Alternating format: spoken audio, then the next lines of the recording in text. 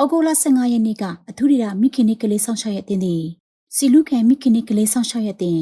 ရန်ကုန်တိုင်းနဲ့အစိုးရတို့နှင့်ပူးပေါင်း၍စစ်မှုထမ်းဟောင်းများအားတွားရောက်တွေ့ဆုံထောက်ပံ့ခြင်းနှင့်ပြည်သူ့အကျိုးပြုမူဝါဒဆိုင်ရာကူညီပံ့ပိုးပေးခြင်းလှုပ်ရှားမှုများကိုဆောင်ရွက်ခဲ့ကြောင်းသိရပါတယ်။အဆိုပါလှုပ်ရှားမှုကိုဝမ်ဟုတ်ရွာဝမ်လော့ရွာဟိုဝေပေါ်ရွာစသည့်ကြီးရွာများတွင်ဆောင်ရွက်ခဲ့ပြီးစစ်မှုထမ်းဟောင်း22ဦးအားတွားရောက်တွေ့ဆုံ၍စစ်မှုထမ်းဟောင်းများ၏ကျန်းမာရေးနှင့်နေထိုင်မှုအခြေအနေများကိုအသေးစိတ်မေးမြန်းကာထောက်ပံ့ရေးပစ္စည်းများကိုပေးအပ်ခဲ့ပါတယ်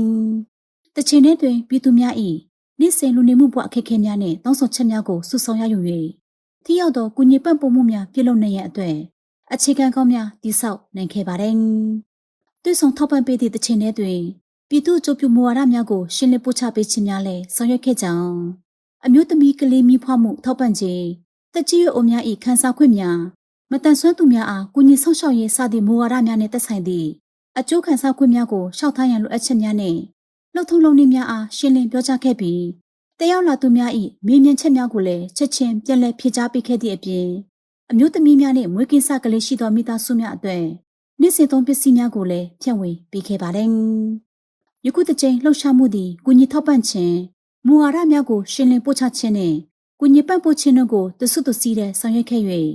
ပြည်သူများထံနှွေးထွေးမှုကိုပို့ဆောင်ပေးနိုင်ခဲ့ပါတယ်။အနာဂတ်တွင်လည်းသက်ဆိုင်ရာဌာနများမှကျေးလက်ဒေသများသို့ပုံမှန်တော်ရောက်၍တွေ့ဆုံထောက်ပံ့ခြင်းနှင့်မူဝါဒများကိုကြည်ကြံပြန့်ပြန့်အသိပညာပေးသွားမည်ဖြစ်ကာပြည်သူ့အကျိုးပြုဆောင်ရွက်ချက်များကိုတိုးမြင့်လှုပ်ဆောင်ပြီးဒေသအေးချမ်းသာယာရေးနှင့်ကျေးလက်ဒေသဖွံ့ဖြိုးတိုးတက်ရေးအတွက်ကူညီဆောင်ရွက်သွားမည်ဖြစ်ကြောင်းတင်ဆက်လိုက်ပါရရှင်။